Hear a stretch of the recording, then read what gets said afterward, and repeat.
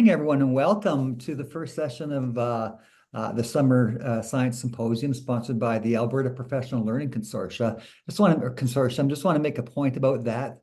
You're familiar with the regional consortia, such as CARC or ERLC. We are all part of a learning consortia, and that learning consortia was previously called, up until this recently, was called the Alberta Regional Learning Consortia, the ARPDC. And you're probably familiar with the ARPDC website. That name of that website will stay, but we're changing things here, and we're now going to be called the aplc, or the Alberta Professional Learning Consortia. And welcome to this first session of this series. We hope, as Ange said when we got going here, that this will help alleviate some of that terror that you may be feeling, not only about science, but about coming back to school, but specifically about the new science curriculum. Some of you may have already been through it and piloted it and tried it last year, and maybe here to join us for a little bit more information. And what you're about to get today is going to be a general overview from me, and then the rest of the summer symposiums will get a little bit more rolling up the sleeves and a little bit more closer look at some of the aspects of the science curriculum.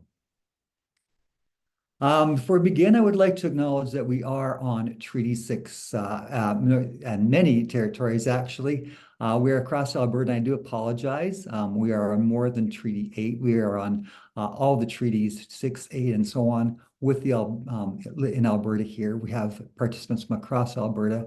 We just like to acknowledge the land we're on. As we know, just flying to Ontario today, or this summer, it was beautiful to look at the land upon which we live.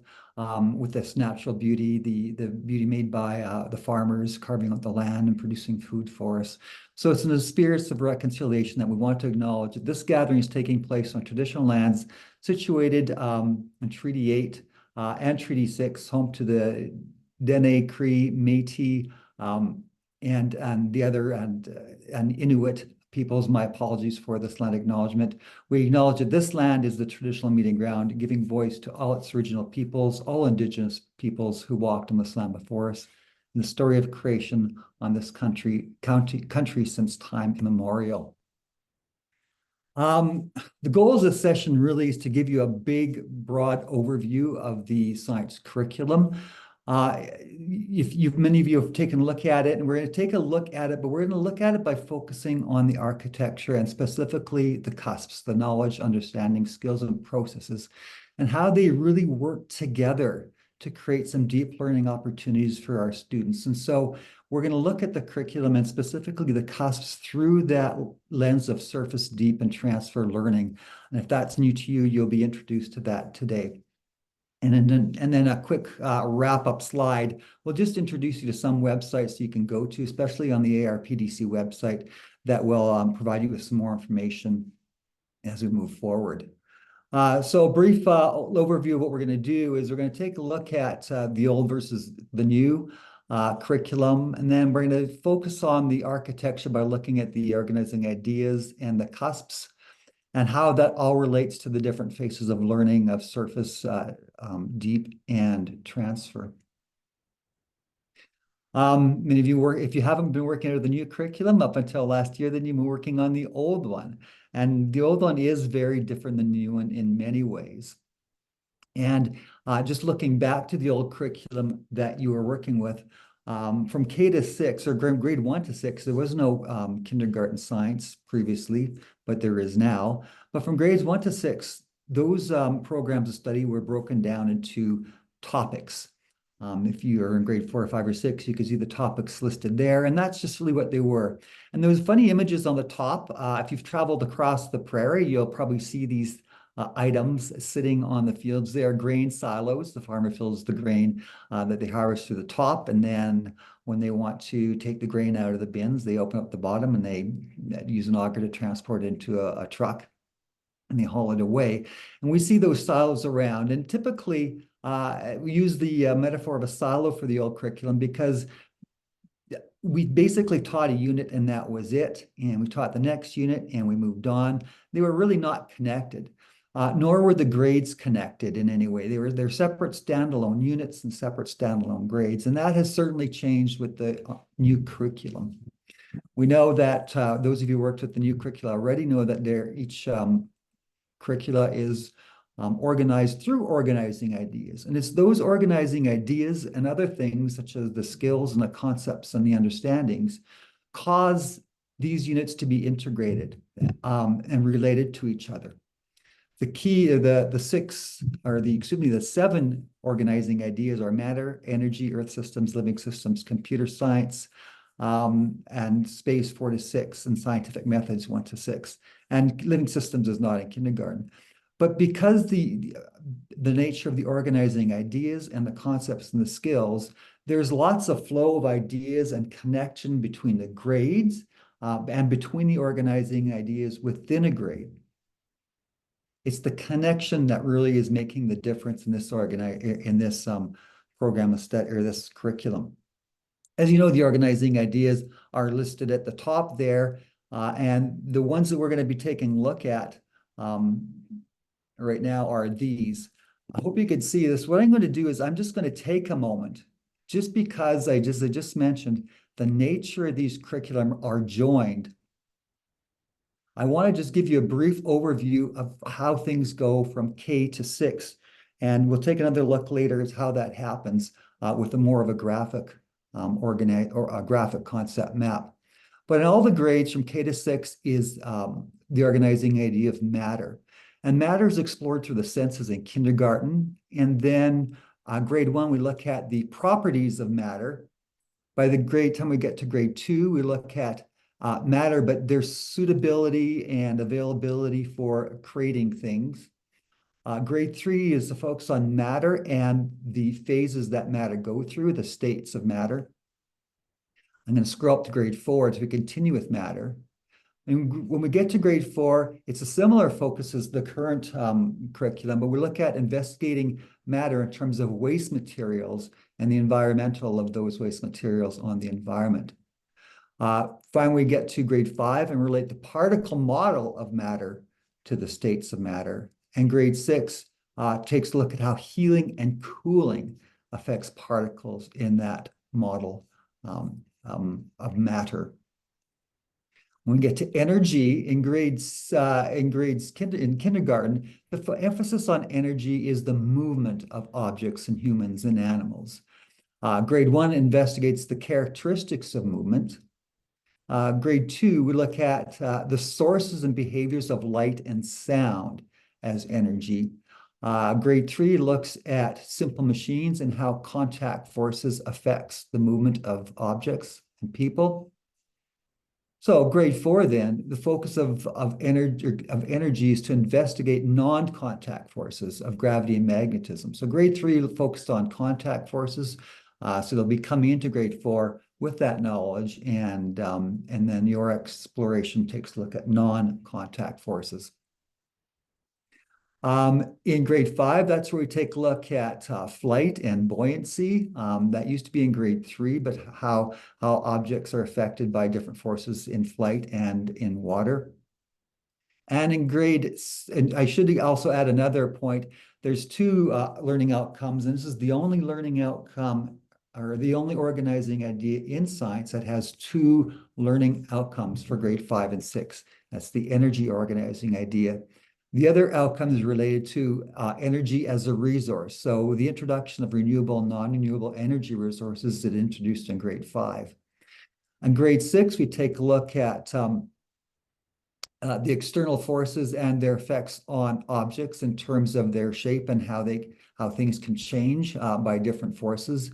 And then we continue with energy as a natural resource by examining the considerations related to energy management in Alberta and across Canada. That's matter and energy. Earth systems is another one common throughout the grades. In grade 3, we take a look at kindergarten. We begin by looking at the components of environments and what objects are in an environment. On grade 1, we look at change to the environment, especially seasonal change. Grade 2 is a focus on bodies of water and relation and landforms in terms of the earth systems.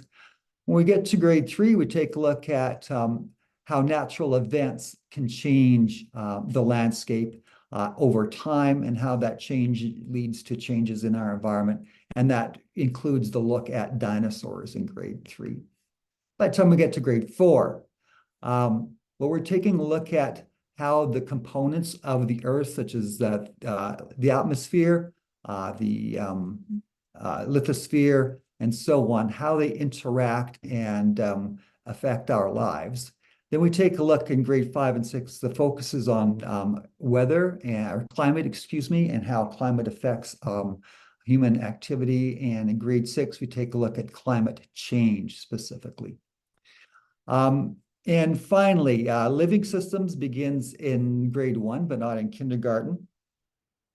In grade 1, living system takes a look how animals and plants exist and the relationships that happen among them in a very general sense. In grade 2, we take a look at how plants and animals have a relationship with humans. Grade 3, we analyze interactions between plants, humans, and animals in the environment. So we take a broader look. You get to listen to. So by the time we get to grade 4, then in living systems, we're taking a look at external structures and the sensory organs of organisms and what functions they perform. So we take a look at the structures of external structures of plants and animals. In grade 5, we look at the internal systems, the biological systems, such as the circulatory system, respiratory system, and those in grade 5. And in grade 6 is a focus back on ecosystems and how living things are interdependent in ecosystems. I do see some hands raised. Angela, I don't know, I can't see, I just see a hand, but whoever has a hand raised, it now might be a good time if you have a question I can respond to that. Sure, I see. It says leaf 3. Is there someone who has a question? You can go ahead and unmute and ask, or you can also use the chat. No, I'm sorry, I pressed a button accidentally. Oh, no worries. No worries.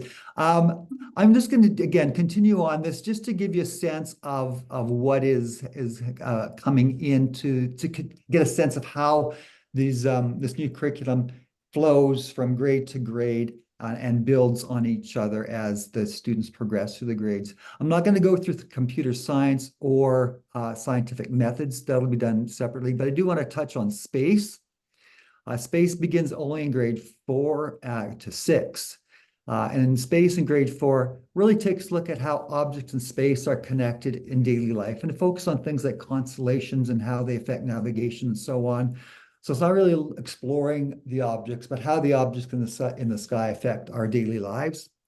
Then we take a look in grade 6, we look at the observable process amongst the stars and planets and so on, such as the moon phases and so on, and seasons, and how those processes in our solar system affect daily living. And it's only when we get to grade 6 that we start taking a look at exploration and focus more on the planets and how they move around and how the solar system works in general. So that is, in summary form, the overview of the curriculum. And again, thank you for your patience with that. I just wanted to give you a chance to see how all these organizing ideas are connected and maybe a glimpse into what is in your grade. And we know once again that the organizing idea is narrowed down by that guiding question, and we are given the learning outcome related to that guiding question in each grade. And just to remind you, that learning hour and a half of it. It's that learning outcome for the next 3 days. Can you make sure to mute yourself if you haven't? There's 2 every day. I think I signed up for 2 tomorrow. Thank you. There's someone talking right now, and if you can mute yourself, please.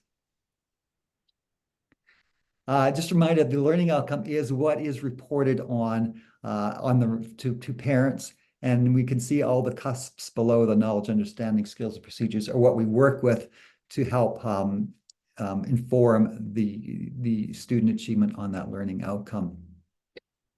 So the nitty-gritty comes down when we look at those cusps lines. Once again, if that's a new term to you, I found it still is a new term to someone. CUSP stands for the knowledge, understanding, skills, and procedures. So the bulk of our time is going to be examining that, but looking at those cusps through the lens of transfer learning. Excuse me. I'm going to put this slide up because because as we move forward, there's going to be lots of information coming at you. And really what I wanted to instill on you at this point is that you're going to get a big, broad picture, and you may come to a point where you think, I can never do that. I can't do this. Oh my gosh, I got so much to do now. I got to do this and this and this and this. What I want to prevent you is the end. The end of going through 1 year, 2 year, 3 years, and where you move forward with your science planning is that this is where we want to go. So please do not get overwhelmed saying, I got to do all this all at once. And the end that I have in mind is learning for transfer. I really like this quote by Julie Stern, is that when we organize our curriculum through fundamental and powerful concepts, our students are able to transfer their understanding to new situations and apply it in new ways. When we think about it, that's what we really want our students to do. They're not in school to learn to just to be in that grade and learn what they need to in that grade. We want our students to take what they learn from us in our education system and apply it to their lives, so they become successful citizens in our communities. And so keeping on that notion of transfer, I have here some quotes on transfer. I'm going to have you look at them in a moment, but there are 4 of them there. And what I'm going to ask that you do is when you take a look at 4 of them, I'll come back to those 4 quotes again, is I'm going to have you imagine doing something like this. It's called the spectrum sort. And the spectrum sort is an activity that is good to introduce concepts or ideas to students. We're going to talk about that as a surface level activity later.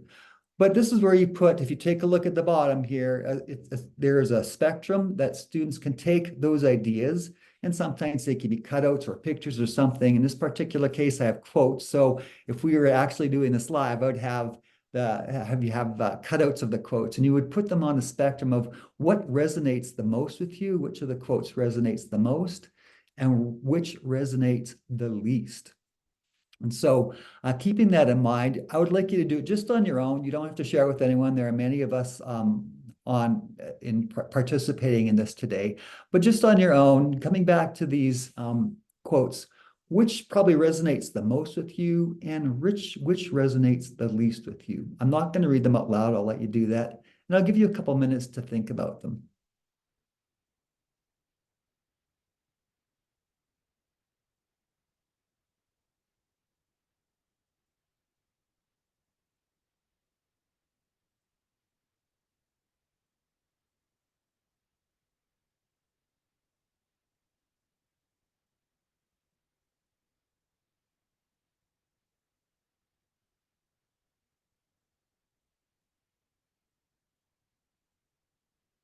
There's lots to think about there, but I think the one that they all resonate with me, but I think the one at this time, I think in this day and age, is the one by Julie Stern, is that, teaching for transfer and through concepts, students learn not just facts, they learn critical thinking when they learn through transfer. And really, it is the antidote to disinformation campaigns. We know there's lots out there.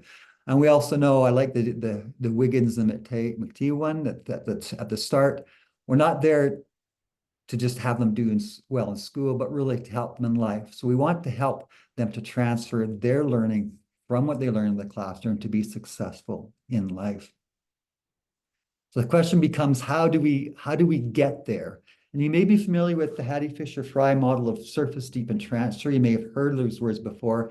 And this is the lens that we're going to take a look at the cusps through. And we're not going to look at every cusp. That's impossible. I'll be pulling just specific examples, but hopefully you'll be able to use these examples to apply them to your grade and specific cusp that you're working on.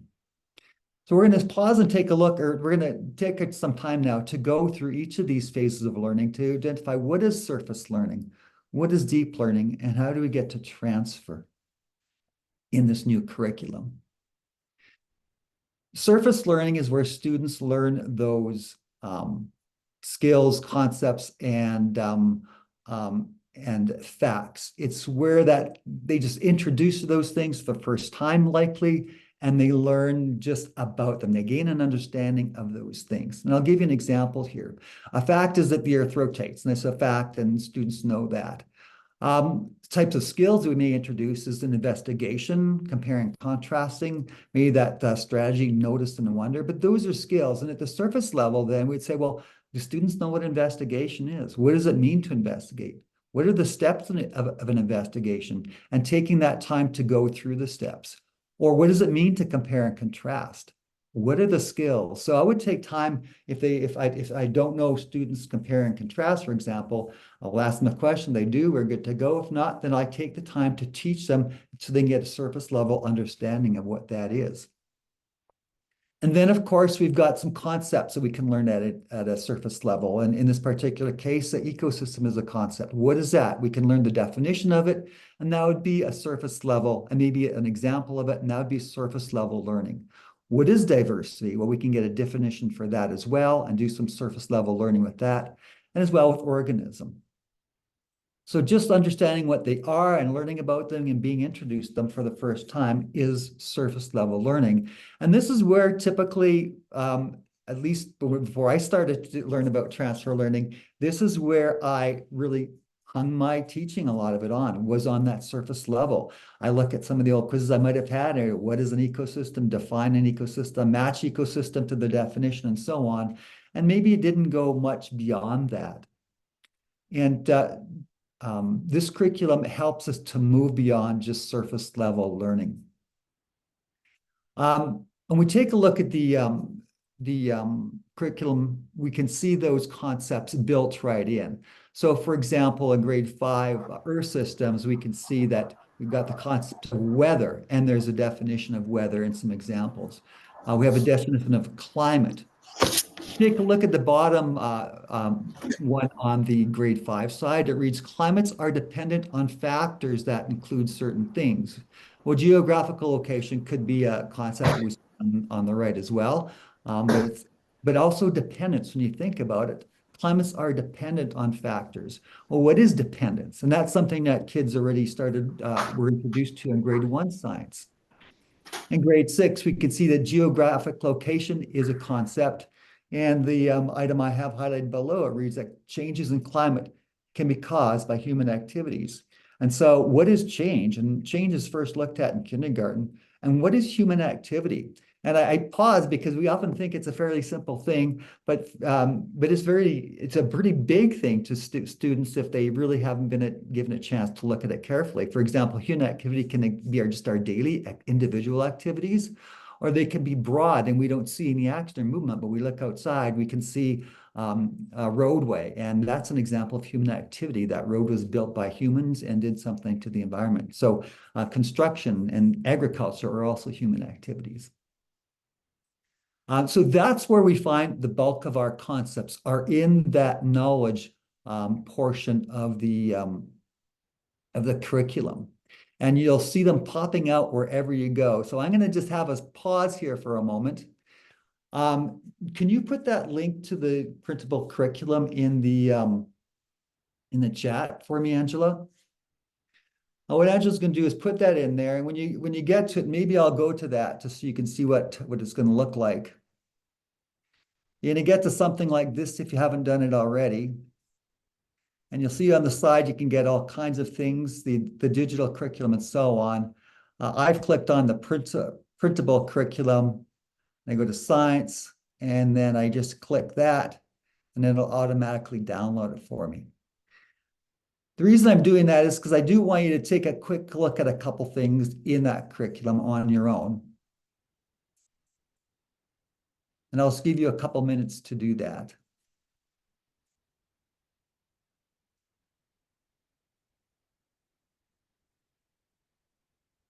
And as we're doing that, we can see that I have an example of the grade 4 science curriculum.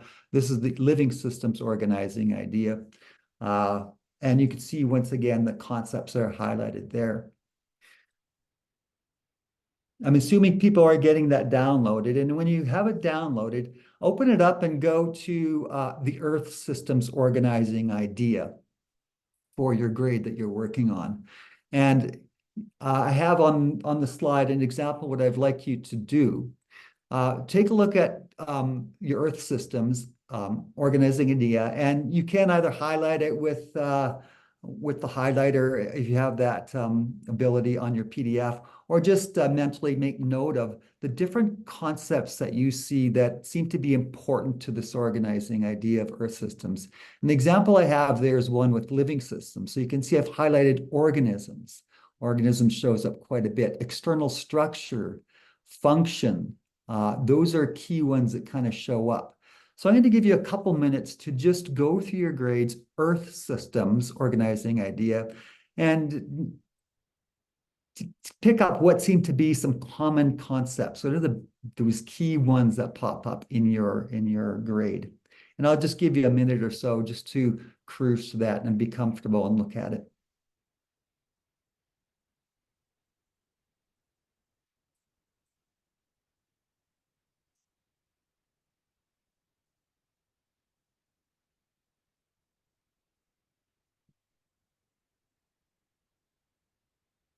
And again, the reason we're doing this is to say, what are some of those concepts that my students may need some surface level learning? They may or may not know these. And that's where you can do some of that pre-testing to see if they know. If they know it, great. You don't need to do the surface level learning because they've got it. But if they're unfamiliar with them, or you think it might be an introduction for the first time, you'll want to this is where we're going to want to make sure that we do that surface level instruction with them.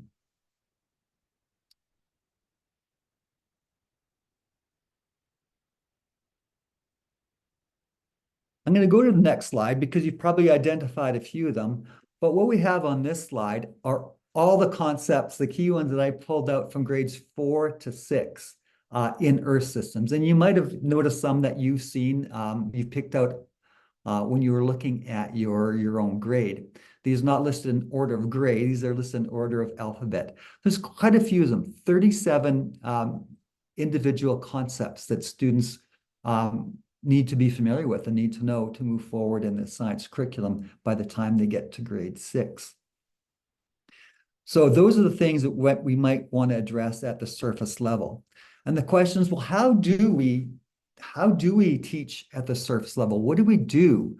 What are some ways to introduce those concepts? The most common way is at the bottom, where I have that direct explicit instruction. Quite often we'll have students go to a dictionary, or we'll have our slide deck and we'll have the definition written and they write it down and we give them an example of it. And that's direct instruction. One way that I'd like to do, and not for all concepts, for ones that I think will help students gain a deeper understanding of the concept, is something called the concept attainment lesson. And you can see that right here. Those of you who are familiar with concept attainment, bear with me. And those of you who have been to a presentation of mine before, bear with me, because I'm going to give you an example of a surface level teaching activity called concept attainment, using something or using a concept that you are likely unfamiliar with.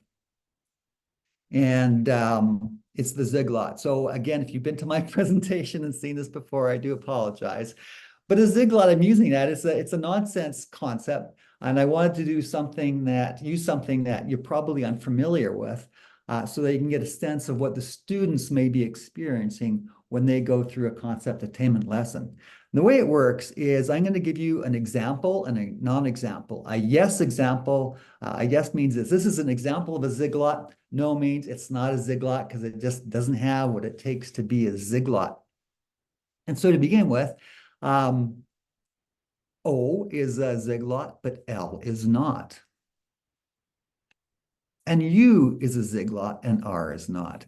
And just based on those a couple examples and non-examples, you are already forming hypothesis. You maybe think you know what a ziggurat is. You maybe see one thing that a ziggurat has, or maybe a couple things that they have in common. And you'll see that, well, whatever it is, the no's don't have them, so they can't be ziggurats. Now, a C is an example, and some of you might have paused and, ooh, okay, I got to change my thinking here. But a C is an example of a ziggurat. And what do all those examples have in common? What is it about the no that doesn't make it a ziggurat? Or what is it missing? This might have thrown you for a loop as well. V is a ziggurat, but a B is not.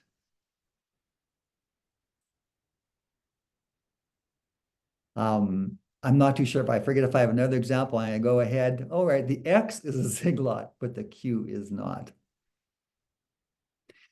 So in this particular case, we're using inductive thinking. We're using examples and non-examples to learn to create an idea of what a Ziegler is, and that's really a common way of natural learning.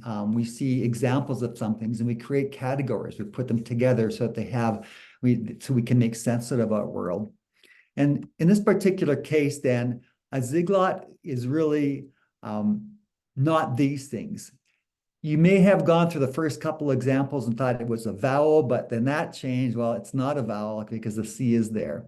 And maybe you looked at those three and thought, well, it's probably a curved letter. And then the V came up and no, it's not a curved letter. And then when the X showed up, maybe prior to that, you were thinking, well, it's a letter that you can make with one stroke of a pen. And then the X perhaps said, well, no, that's not it because you could do that. There's something still that all those yeses have in common, and that is this, that a Ziegler is a letter of the alphabet that looks similar in both upper and lower cases. So if we were to give you more examples, would a D be a Ziegler? Probably not. W? Yep. But how about a P? And then sometimes you get gray concepts where it's maybe an example or not example. And when kids are given a context, say, is this a Ziegler? Is a P a Ziegler?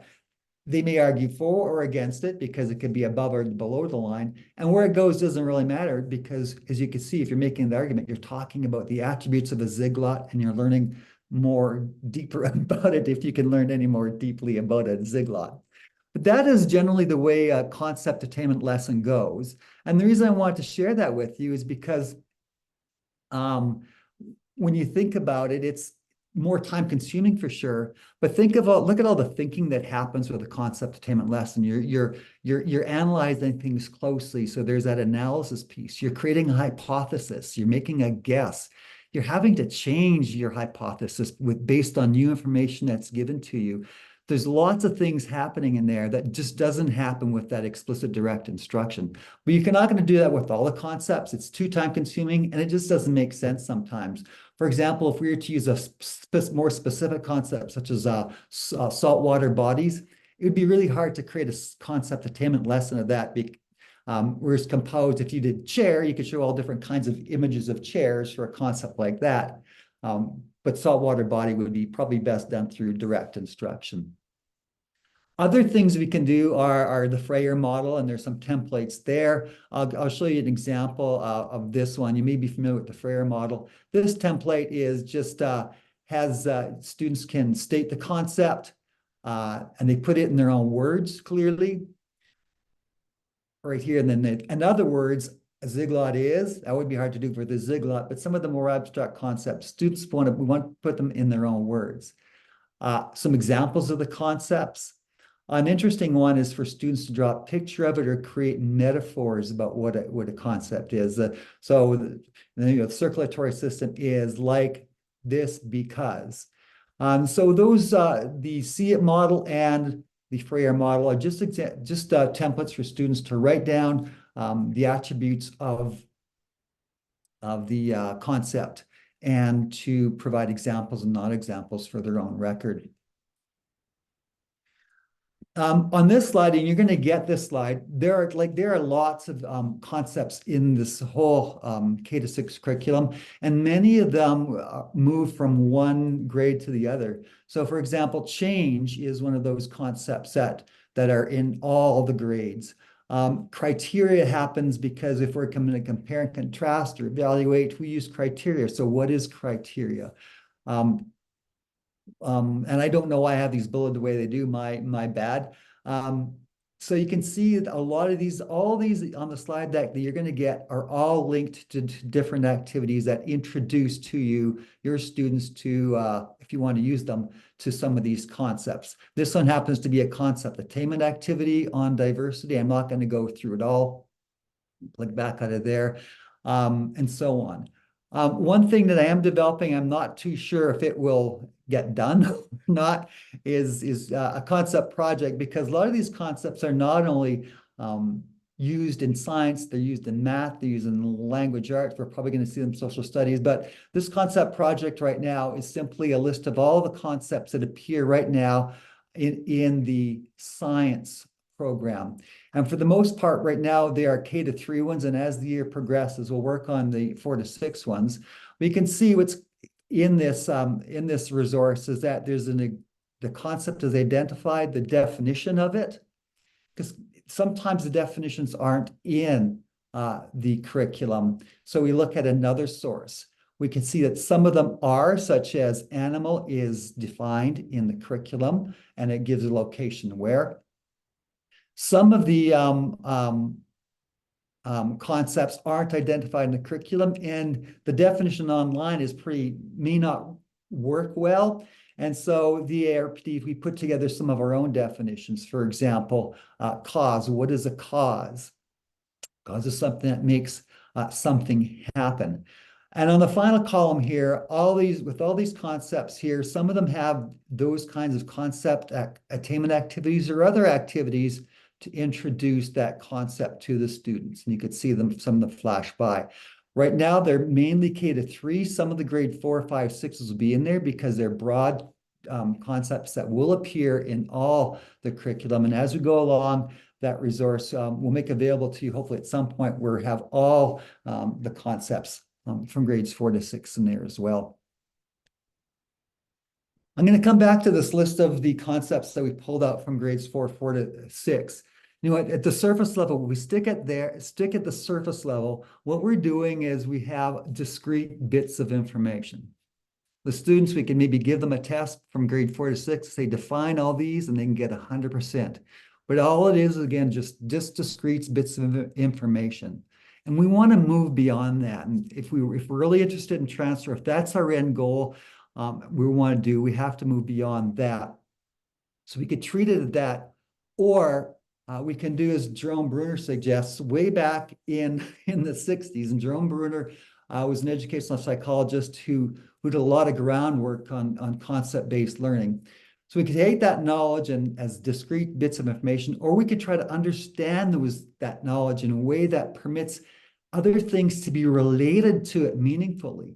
In other words, to learn structure of science, to learn the structure of any discipline, we need to know how those discrete bits are related to each other.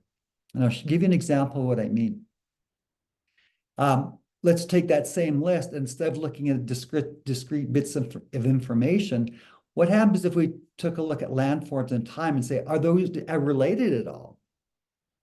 Are landforms and time related? They mean different things, but if they are related, we know, for example, that landforms can change over time. That's one relationship between those two. And there are many more that probably could be made with a bulk of these. And so my question is it possible that all of these concepts from grades 4 to 6 are related? And I'm going to say, indeed they are.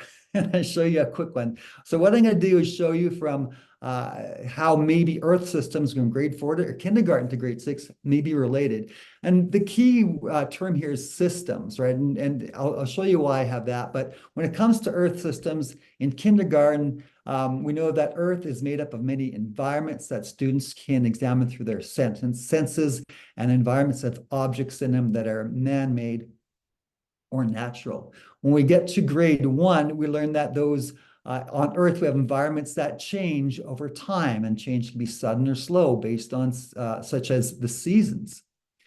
We add on that the Earth has components with it, and those components are air and the surface components of plants and animals and bodies of waters and landforms that can change over time as well.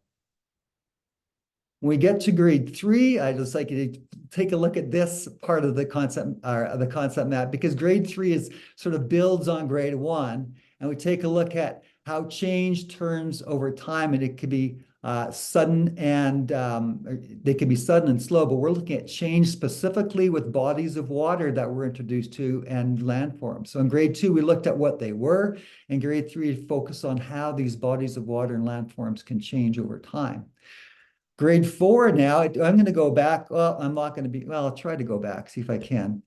If you take a look at grade 2, we know that the components of the earth they include air and the 4 surface components of plants, animals, and body of water. Grade 4, we keep the components, but we change the names of them from air to atmosphere, and then we have the biosphere, hydrosphere, and lithosphere. And the focus is not only what they are, but specifically on how those 4 components of Earth interact. And again, you can see that we can still connect these words to environment and so on. That in an environment, there is a biosphere, and an environment is composed of a lithosphere as well. Grade 5, as I mentioned, the focus is on climate and weather, and that's really when we take a look at the interactions happening in the atmosphere. And that's how Earth systems is all related in this new curriculum. But we know that when we get into grades 5 and 6, other systems are looked at. And so it might be a good idea to take a look at what is a system in general. It's something that has many components and parts that work together to create a goal. So we have biological systems such as explored in grade 5, including the digestive system and respiratory system. Another system are the ecosystem, which has components that work together in an environment, and they are the abiotic and biotic components in an ecosystem. We have a solar system that has planets and other celestial bodies that work together to impact us, and so on. See, I'm going to keep on going here because I'm worried about losing time here. Whoa, I'm going the wrong way here. I just wanted to pause on this one slide again, is because once again, we take a look at Bruner's quote or thought that really grasping the structure of a subject in a way that allows us to link these things together is really helping us understand that discipline deeply. And so, no, these are not those discrete bits of information. These bits of information are all related. And when we get to the deep phase of learning, that's really what the deep phase of learning is in our surface deep in learning. We learn the little bits at the surface. Now, how do we connect those ideas when it comes to deep learning? Just to once again, to share with you how the concepts move along and can flow through from grade to grade. I'm just going to share with you this. That's on the ARPDC website. And there are the concept progressions for each of the learning, excuse me, not the learning, but the organizing ideas for each grade. So it's similar to the concept map that I just shared, except that it's more of a text-based kind of idea.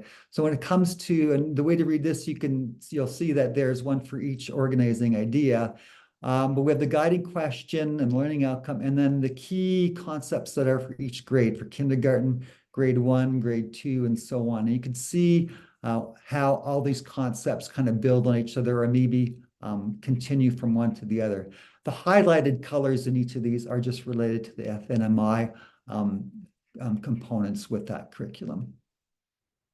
So that's available to you as well. The concept map that I just created there, we do have individual ones that I've created for each of the organizing ideas for each grade. So the fairly detailed one, for example, for grade 6 matter or grade 3 matter for that matter, that goes into more detail and gives a big overview of what that looks like. And then there's a link here to the RPD website that has the different ones. It's a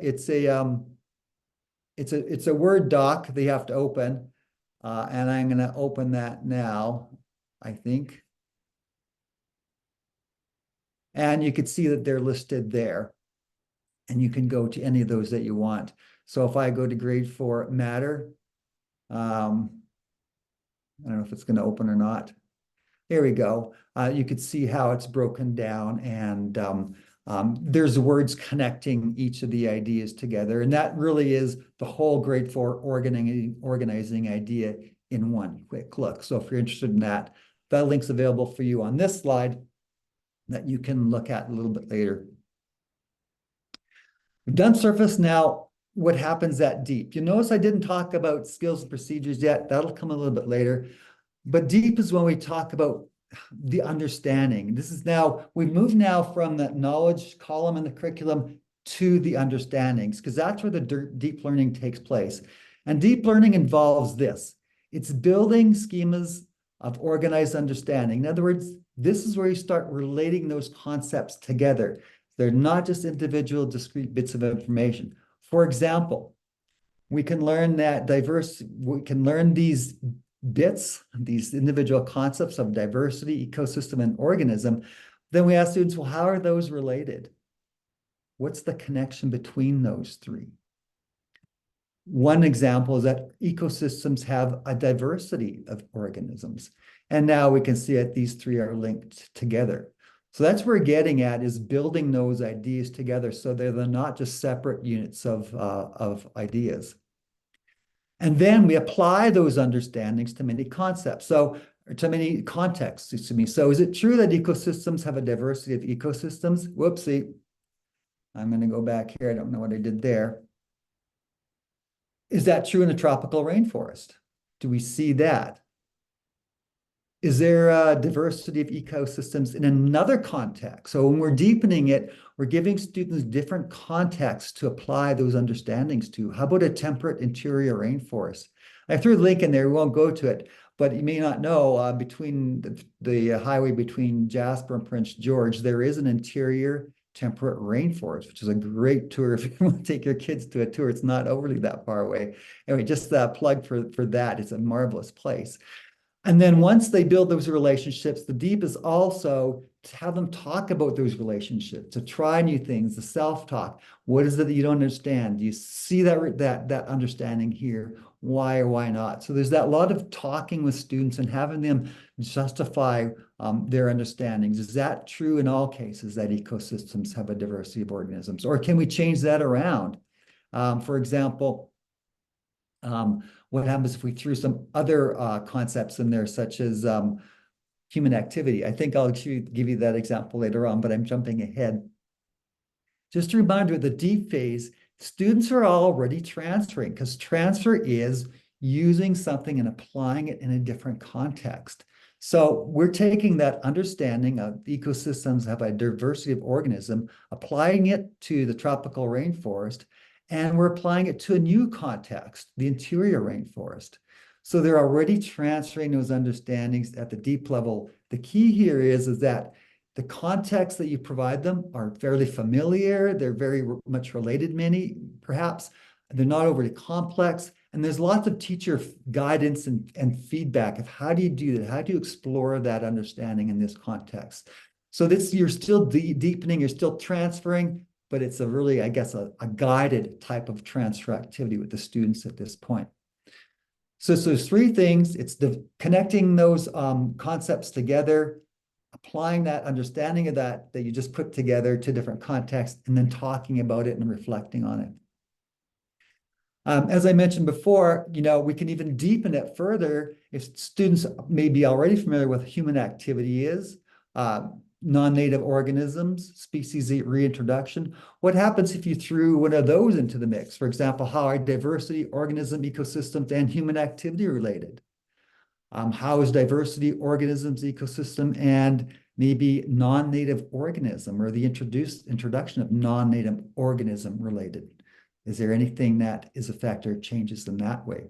So once again, tying those and introducing new concepts as they build their understanding deepens their understanding and deepens their learning. Take a look at grade 5 space, for example. Here's what I mean. These are individual concepts taken right out of the grade 5 space curriculum: interpretation, observation, daily living, and astronomical phenomena. And we want to put them together in some kind of relationship now. I'm just going to take a moment to use the definition that the Alberta Ed uses to define understanding, that middle column in the curriculum. And understanding is about putting the pieces of knowledge together in a logical and meaningful order. just like we did with our concept maps, putting these pieces together in some kind of a logical and meaningful order. And what would be a logical, meaningful order for these four concepts? There's a couple that I provided with you here. For example, daily living can affect the observation and interpretation of astronomical phenomena. Well, sure, if I live in a city, I will probably have less view of the different astronomical phenomena, and so my observations and interpretations could very well be different. Or how about this? Maybe this is a new way that these are related in a meaningful and logical order, that observation and interpretation of astronomical phenomena can inform daily living.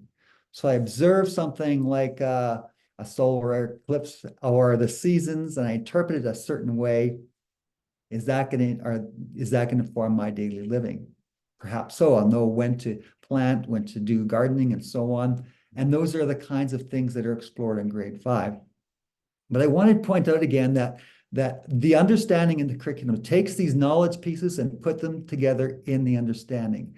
And you could see this example from the curriculum itself. In the knowledge piece are these different things, and we could see in the organizing idea those key concepts of observations, interpretations, astronomical phenomena, and daily living. And the understanding is how they're related.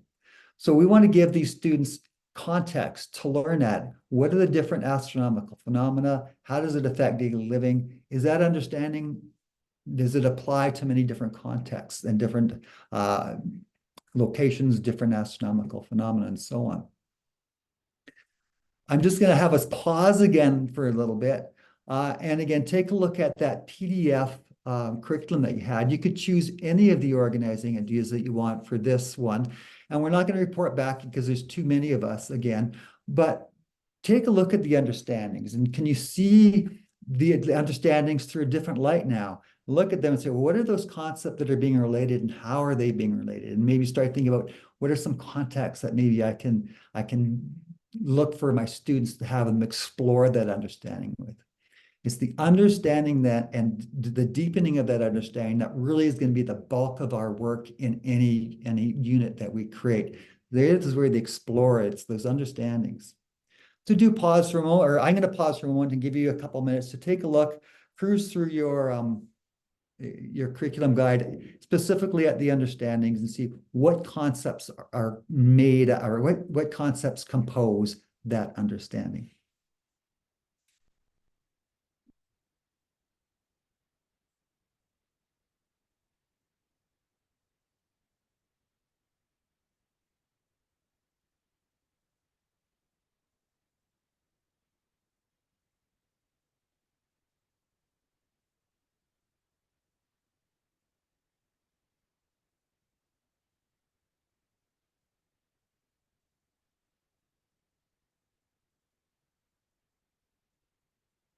I will add that near the end of our presentation, or I will allow time for some questions and answers. So if you do have some, you don't want to ask them now, you can ask them later for sure.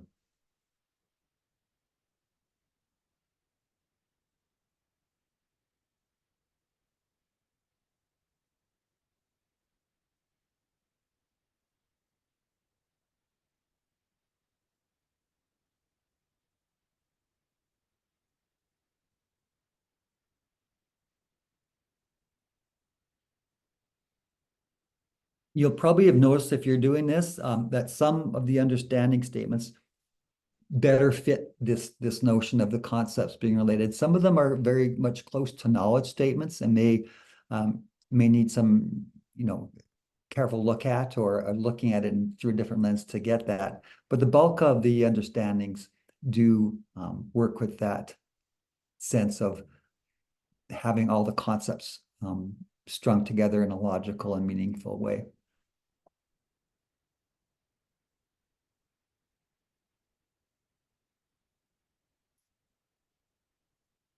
I'll just give you another minute or so, and then we'll move on.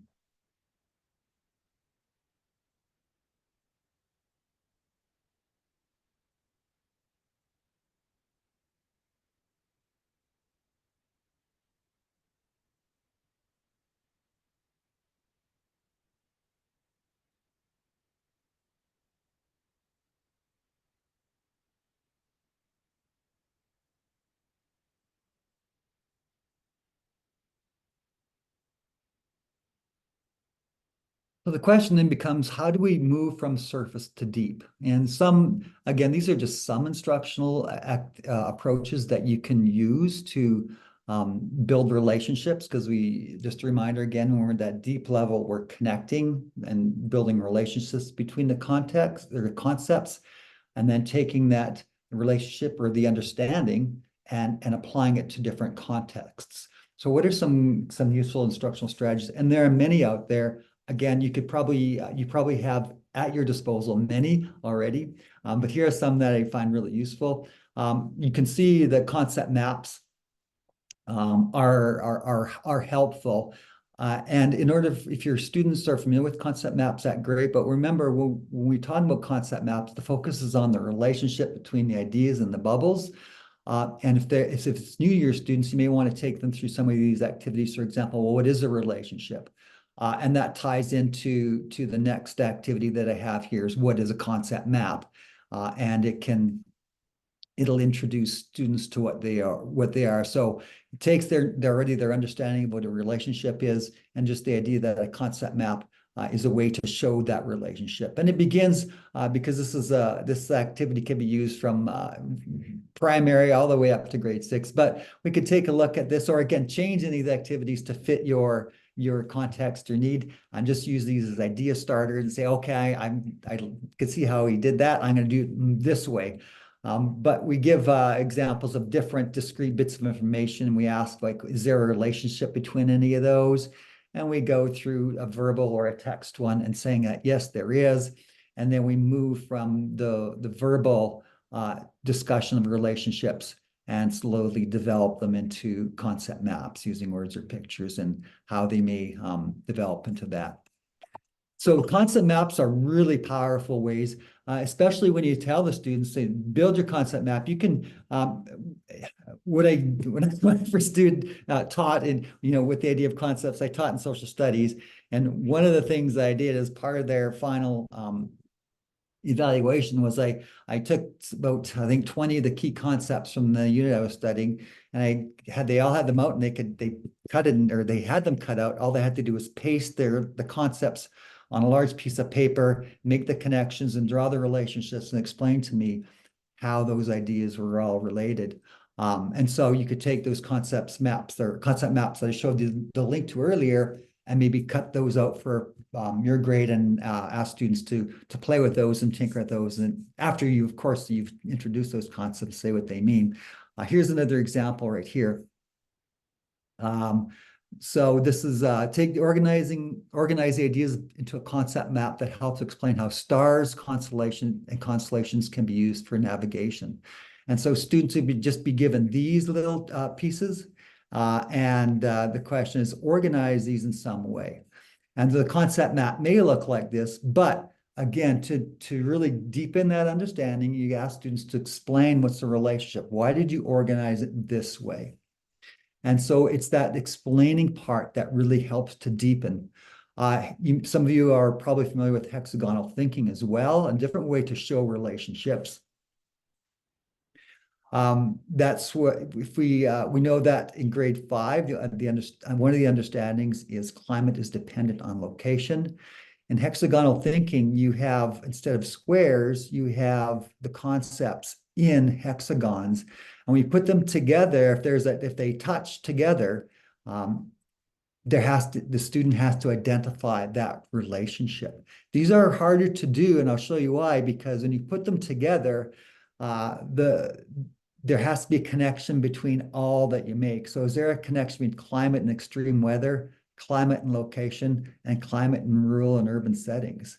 Is there a connection between climate and its location in terms of distance from a larger water body, or climate in terms of location and distance in terms of elevation? So you can see how students will need to explain how these connections all work. So it's a little bit of a trickier thinking, but again, a very powerful one for students to explore and develop those relations between the concepts that were introduced at the surface level. A concept graph looks like this. I think I forgot to put my grade 4 example of this in. I apologize. But a concept graph is really, I'm just going to go right to it and explain. It puts things on a spectrum. So for example, here's how I built this graph. I'm focusing on change. And I know there's such thing as a significant change that can happen in a short time. There's significant change that can happen over a long period of time. Some changes are small changes that happen in a short time, and some changes are small changes that take a long time. And so students take a look at students who put these somewhere on the graph, for example, footprints being washed away. Where would that fit on this spectrum? So they would place these boxes somewhere on the spectrum for, again, to show that they understand what these ideas are. Again, just another example. Discussion is very powerful. It's one of the most, if you look at John Hattie's effect sizes of instructional approaches, discussion is one of the highest most effective teaching strategies we can use.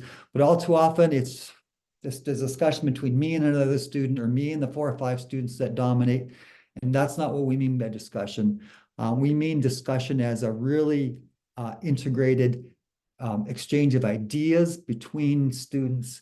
And so it's really difficult to have a large group discussion, but we look at those discussion formats are the smaller ones. Just think, pair, share, which you're familiar with, claim, support, question. There's a ton of other discussion formats. All you got to do is Google discussion formats. And it's doing those things that really, and give them some really good questions to talk about, to justify their thinking. And it really empowers them and definitely allows them to do some deep thinking. In terms of surface level, I think what happens is we get right into discussion, but we forget it's a skill. We want students to learn what it is discussion is before we let them loose on one. This is a concept attainment activity on what is discussion. Again, may not be useful for your grade, but hopefully an idea to say, oh, how am I going to introduce what a discussion is to my student? That might be helpful. And then I have a Division II checklist on what should be looked at for discussion. And this is based on the competency progressions, which I'll refer to later. But the competency progressions have been out for quite a few years. And the intent is that these are skills or competencies that should show up in all the courses that we teach. So I pulled some of them out, and these are a compilation of what I pulled out for the Division I and II communication competency. And you can then use this as your checklist. But again, at the surface level, you'll want to isolate these. What does it mean to be respectful in a discussion? What does it mean to contribute? Practice it. What does it mean to paraphrase? And they need some practice on that. What is good listening? How do I be inclusive? What does that mean? So it's not just a matter of at the surface level of giving students this checklist, but it's breaking it down and practicing those thoughts. And again, having discussions about what they are and what they might look like. And once they're good at that, they do that, then they can become more independent with it. And of course, things like guided inquiry, PBL, and so on, those are good to deepen the level as well, because you're going to give students a different context. And again, the PBLs and the inquiries are very much teacher guided at this point, because you're still helping students apply and learn those things. And of course, case studies are always good to have students apply their understanding to. And there's some more from, you've seen these before, and this is a really great site, is the Project Zero. It has, and I'm not going to go into that one, but Project Zero has so many good thinking and discussion things for teachers to use. It's a really powerful site. So there's a lot of deep strategies even there. One thing I didn't talk about was skills. So we've talked about surface learning of individual concepts, how to define them, some strategies, how we can introduce those concepts, and then to deepen our understanding by relating them together and developing that, focusing on that understanding part of the curriculum. We know there's that last column, which is the skills and procedures, and I'd like to just take a moment and take a look at that. Remember, they are what students do to demonstrate their knowledge. And that, again, is taken from the guiding framework that was used as the basis to develop these curriculum. There are specific tools and strategies that students use. So, for example, what are the steps in an investigation? That's a skill, an investigation. Compare and contrast is a skill. How do I notice and wonder? Those are skills as well. And so we have to stop and take a look. Do students know how to do that? How do I introduce it? How can I teach them? How can they practice this before I get them to demonstrate their knowledge of the content that we're learning? I'm going to point out the skills and procedures thing is maybe just a word of caution, at least from my perspective. Once again, the definition in the guiding framework is that the skills and procedures are specific skills, methods, tools, strategies, and processes. And so when we're talking about specific ones, we're talking about relating, discussing, comparing, designing, representing. Those are specific skills. When you see how they're used in the skills and procedures, they're used within the activity, assuming that students already know how to relate. We want to make sure that students know how to make relationships or discuss or compare and contrast before we give them this task. And so the surface level, it's what I'm getting at here, at the surface level, if this is an activity you're going to use, perhaps you want to do some surface level work first and introduce and teach those skills for students.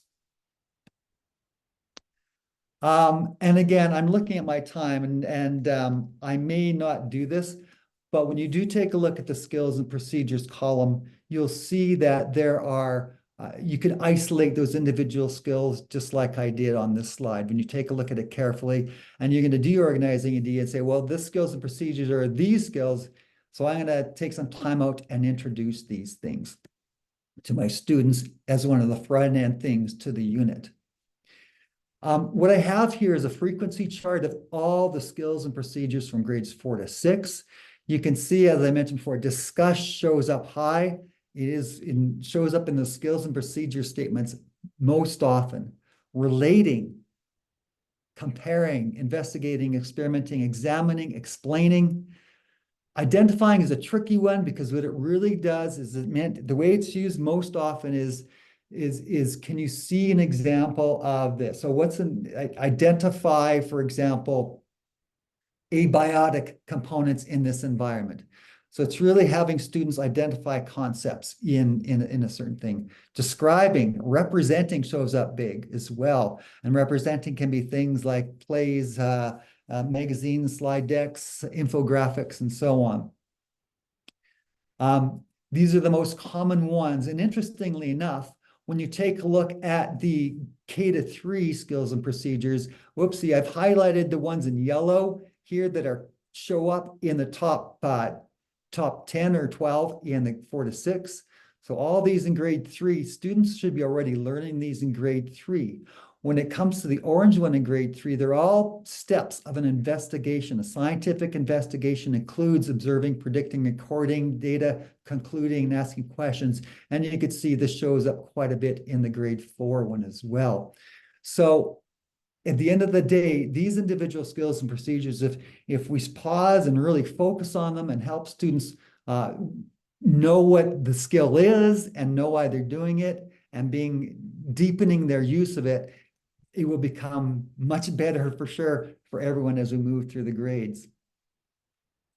There's some other skills though that sometimes show up in the skills procedure, but they come from those two other non-content based organizing ideas, scientific methods and computer science. And I want to just take a quick moment to talk about those because there are skills in those ones that are used to enhance the learning in the other organizing ideas.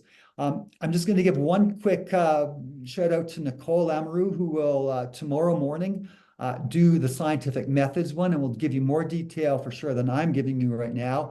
But I just wanted to point out that the steps of an investigation are identified in grade 2. Here are the 7 steps. If you take a look at your grade 4, 5, and 6, you will not see these steps in it. You have to go back to grade 2. But the assumption is that students, when you ask students to investigate in grade 4, they're doing these things. But when it comes to computer science, there's a bit more. You're going to be introduced in the second step of data, observing and recording data. We're going to take a closer look at different types of data. And we're talking about reaching conclusions and data. We're going to take a look at, well, how are these connected? So that's the students still do these 7 things with an added introduction to these ideas. When it comes to grade 5, we're still doing investigation, but we're adding the idea of experiments now with an investigation to gather data and controlled and independent variables.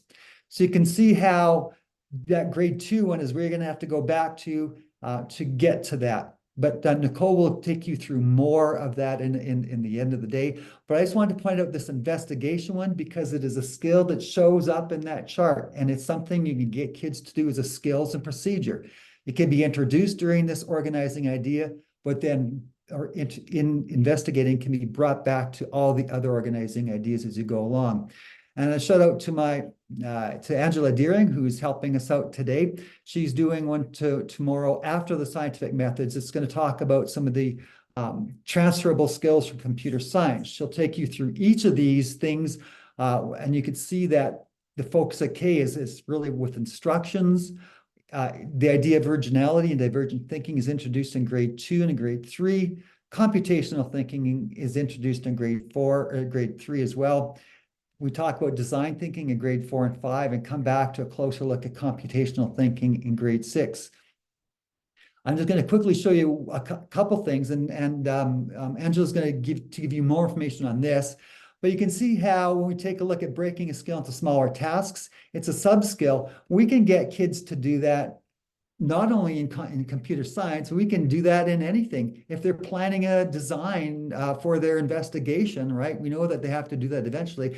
How are you going to conduct the investigation? Well, they got to break that into smaller chunks.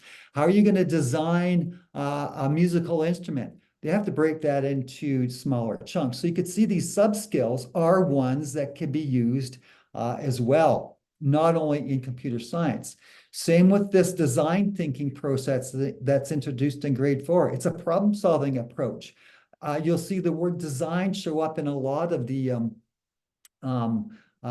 skills and procedures. Well, in design, you get kids to go through this process of design thinking.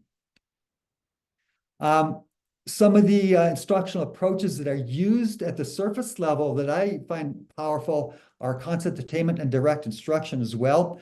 I'm just going to say with this one here, often when we talk about a skill or introduce it, if we could talk about the related concept, it helps students understand how to do the skill. For example, if we ask kids, well, we're going to predict something, you have to predict or conclude. Well, if we examine what a conclusion is or a prediction is, we can get a better sense of how to do that skill because we know what the end game is. And I'm just going to draw your attention to this. With skills, quite often at surface level, that direct instruction probably works best because what it does is it breaks the procedure, the skill down into separate chunks, and students work at each of those steps. They're introduced to those steps, work with them, practice them, they're given guided feedback. And an example of how to do that with comparing and contrasting and investigating there to look at when you get this slide deck back. So it's breaking it down, giving kids practice, not necessarily with the content that they're responsible for, but with content that they're interested in because your focus is going to be on helping introduce those skills, not the content at this point. So for example, we talked now about once we introduce it, we're going to deepen it. And again, like the concepts, it's really applying it in different contexts. So if we were to take a look at investigation, one context might be to investigate, and those 7 steps then, which material makes the best sound barrier. Or a different context, investigate which material makes the best tin can telephone. Know so wonder is a really good skill. What do you know so wonder about the image of this ecosystem? They could practice that skill in that context or a different context. What did you know so wonder about this time-lapse movie? So again, the phases of learning is where students deepen their skills, become more independent. They're given feedback for sure, but we move them to more and more being independent with using those skills. Just want to point out one more item about this skills and procedures column here. Remember, what it is you just get an activity in the skills and procedures thing, but we're not necessarily stuck with that. For example, this skills and procedures explain how changes in one system can have impacts on other systems. is related to this understanding, to deepen that understanding. But we don't just have to be stuck with explain. Let's take one of those computer science skills of design thinking and say, hey, let's design a representation of how change in one system can have impacts on another. Or let's investigate, that's the skill that comes from scientific methods, how changes in one system can have impacts on another system. Compare, discuss. So we're not just stuck doing this, we do this one, but we can deepen the learning of skills and procedures and the understanding by applying alternate skills to the understanding. Those are the phases of learning. They're not necessarily do surface deep transfer. We'll be working at deep and realize we may have to go back to transfer to learn, teach students some concepts or some skills and so on. But we'll want to make sure we're in this zone before we go to transfer, which is now really at the end of the day, having students apply their skills and their understandings to contexts that are more unfamiliar and more distant and with increased independence. So for example, I got my slides backwards here. If we're at the deep level at a grade 4, we're working on this understanding that conservation can impact land, natural resources, and organisms. Let's look at that understanding in the local park. Let's apply that understanding to the Arctic. Let's apply that to another context. You could see you're going to be applying this understanding at the deep level, having kids work in it using case studies, PBL, whatever it is, to develop that. And then the independence comes, excuse me, I'm going to fly back here. I had these 2 slides out of order.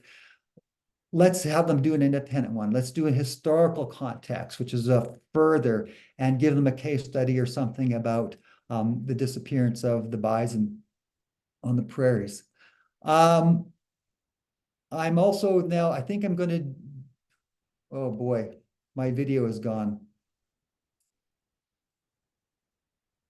Oh, too bad. Okay. Well, there it is. I'm looking at the time here. I'm going to do this. This is a 3-minute video. And what I'd like you to do is, this is now the transfer. The students have done the surface level. They've deepened stuff. And now we're going to go into a PBL or an inquiry. This is the transfer activities. As you watch it, I'd like you to keep in mind that the kids know what they're doing. What are they doing? What did they learn at the surface level to be able to do this activity?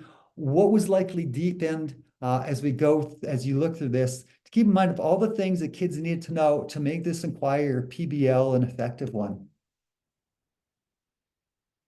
This is still settling, but we found a lot of little organisms. So cool. The real question we're trying to answer here is if it's safe to tube in the water, because I swim here every summer and I just realized how dirty it was.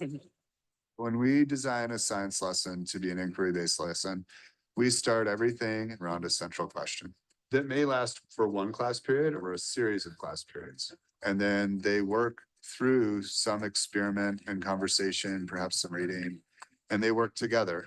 And the answers are always just a little bit out of reach for the kids until they really reach a point where they have this sense of discovery. Each of you are going to be in a group where you're going to sample one parameter down at the creek.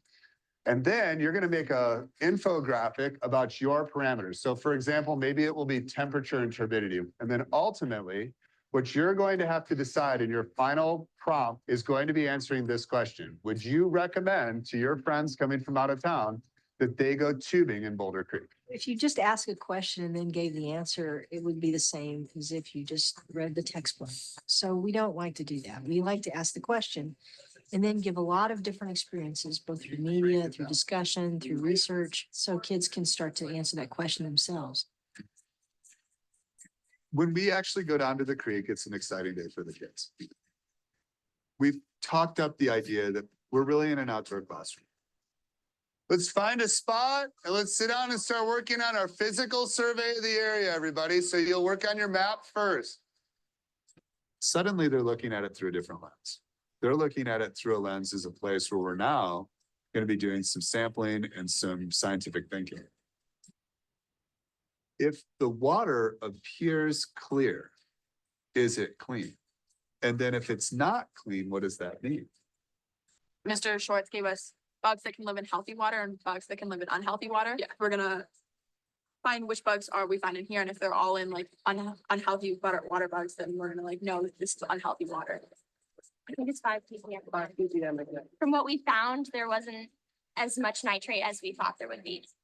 We would still go swimming even though it seems pretty dirty, but we know that it's just, there's a lot of organisms in here. And that leads us to believe that it's actually pretty healthy. And we spend the next class period sort of going through that data, and they put that into a poster, an infographic, where they can actually share with the class in a way that's relevant to the kids, something that's kind of flashy and interesting. What is the data that our group got? And then what do we do with that data if we look at everyone's data together? So kids reach their conclusions a couple days after we do our sample. Like the pH rating. Because sometimes like when you're just reading from a book, you don't really think about how this is actually real life and this how it actually works. We're working through some questions together, and we're discovering things as we go. And kids always bring with them knowledge. And very often it turns out that the kids teach me a lot, and we're all sort of learning together.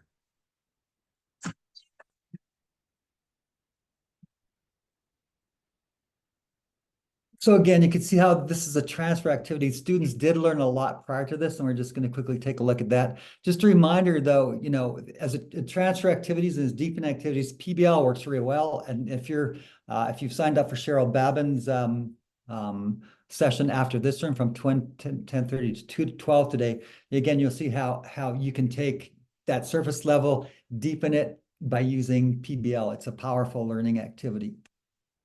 But it just, again, take a look at, I don't know if you thought about these things, but I asked you to, but that was a pretty quick ask. So if you need to stop and think about that project, which was, do you recommend to your friends who are coming out of town that they go tubing in Boulder Creek? For that to happen, even to give that question, to have students begin doing that, there had to have been a lot of surface level learning. Students obviously knew what parameter was, sample, turbidity, conclusion, organism. They said, come out, we're gonna do a physical survey. Students already know what those things are. And so they've obviously made infographics before. They had some surface level working at that, how to take sample, how to ask questions.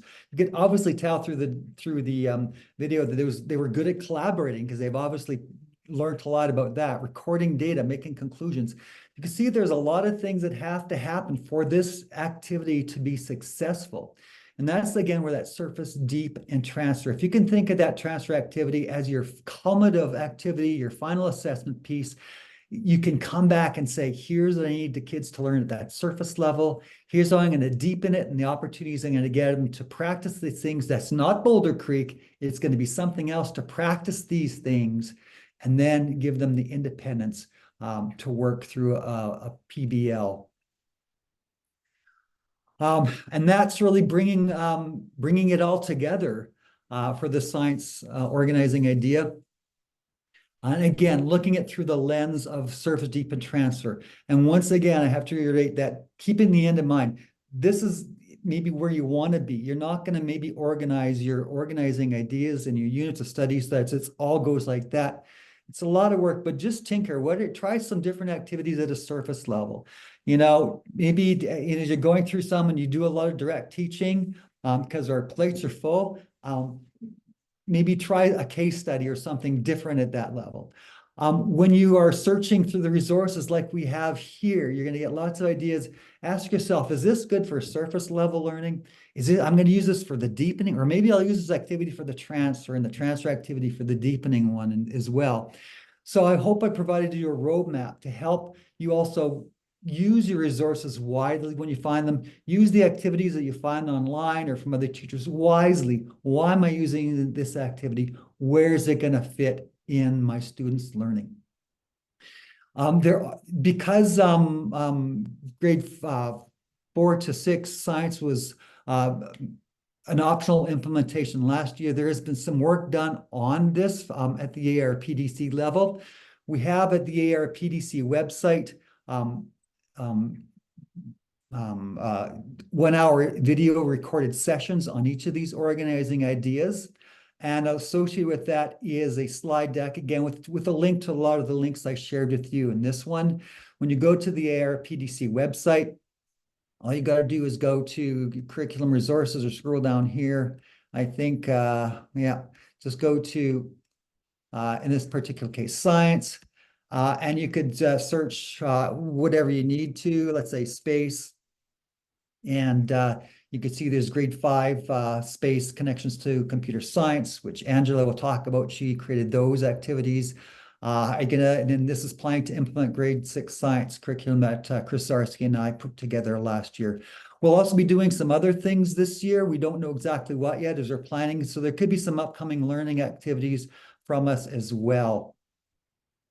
We're getting at that time because in 5 minutes we're gonna have a break, and then the next session on PBL will begin. But at this point, I don't know. Are there some pressing questions, Angela, through the and you can stop the recording actually. Oh, I'll do that. I did record.